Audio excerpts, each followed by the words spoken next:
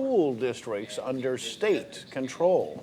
That is first tonight, along with the TEA setting an appeal hearing for Beaumont ISD. Good evening and welcome to 12 News HD. I'm Kevin Steele. And I'm Jackie Simeon. Thanks for joining us. The Texas Education Agency has set a date for BISD officials to argue why there should not be a state takeover of the district. The hearing is called a record review, and State Education Commissioner Michael Williams has scheduled it for May 21st. That's a Wednesday morning at 9. It will be at the William B. Travis Building in Austin. It's scheduled to take 4 hours, and during that time, BISD can present both oral and written information. Chief Deputy Commissioner Lizette Gonzalez-Reynolds will preside over the record review, and she will issue the final decision. In the meantime, about 200 people in Beaumont got a preview of what a state takeover would be like. They heard from a man who's living through one. 12 News anchor Angel San Juan joining us now to explain. Angel? We're on opposite sides of the Lone Star State, but we have so much in common, specifically when it comes to our school districts. Financial mismanagement, allegations of grade manipulation, and lack of adequate oversight. Yes, El Paso sounds a lot like Beaumont. That's why the Beaumont Rotary Club invited the president of El Paso ISD Board of Managers to give a preview of what a state takeover would be like. It was one of the largest turnouts in recent years for a Beaumont Rotary Club meeting, close to 200 people. Not surprising when BISD is the topic. They were all here to listen to the president of the El Paso ISD Board of Managers, Dee Margo. It's been almost a year and a half since the Texas Education Commissioner called for the takeover of the El Paso Independent School District. Our superintendent's in jail. And we had corruption, we had grade manipulation, we had issues.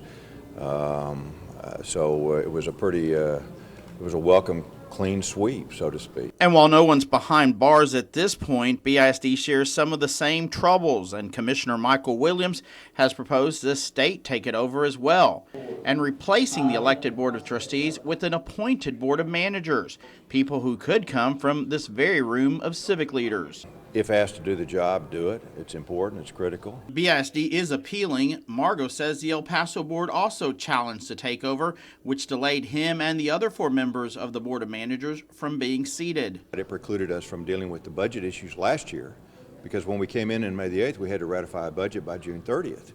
So that left no time. Margo also cautioned the crowd against expecting solutions overnight. It takes 3 years to change the culture of an organization. And we got maybe a year and a half, given where we are. Although Margo provided lots of insight, one Beaumont City Council member remains unsure about a state takeover. I don't have enough information on it to know if I support it or not, but I do know one thing: we need to get everything cleared up for our students and our teachers. However, Beaumont Mayor Becky Ames supports a takeover. It's a difficult thing for me to say because it's the last thing I wanted to happen, but at some point, something has to change, and I'm at that point now.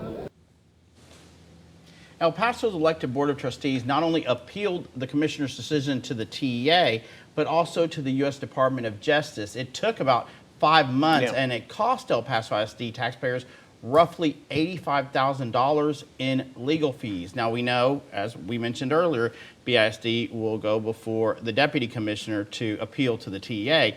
What we don't know if the BISD board will actually appeal or reach out to the U.S. Department of Justice. Could be a lengthy process. Thank you, Angel, very much. Last week, Commissioner Williams told us he hopes to appoint a 7-member board of managers for Beaumont ISD in late May before the end of the school year. Williams says the group will most likely be made up of business, civic, and education leaders. Deputies of